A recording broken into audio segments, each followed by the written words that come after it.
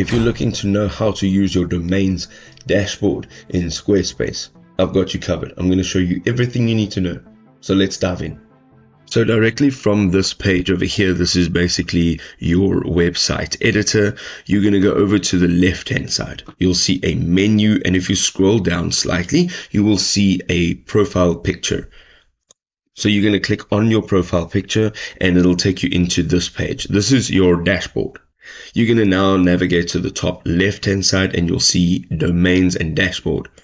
Let's click on domains. Now this is your domains dashboard, and this is where you get to manage all of your domains. So whatever domains are here, you'll be able to access information about those specific domains, including when they will renew and if you want to auto renew them or not. That's just a simple toggle switch.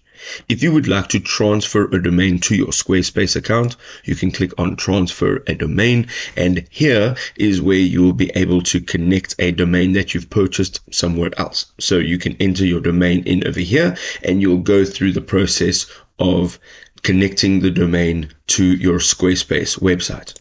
If you would like to purchase a domain, you're going to click on Get a Domain, and this will take you to their domains marketplace. Here you can type in a word or a name of your business that you would like to be your actual domain, and they will give you options as to what domains are available. So if this specifically is not available, they'll give you alternatives with their pricing as well as with different extensions. You can see that some of them are a little bit more in cost than others. And once you have chosen a domain you would like to connect, you're going to go ahead and click on it and make the purchase.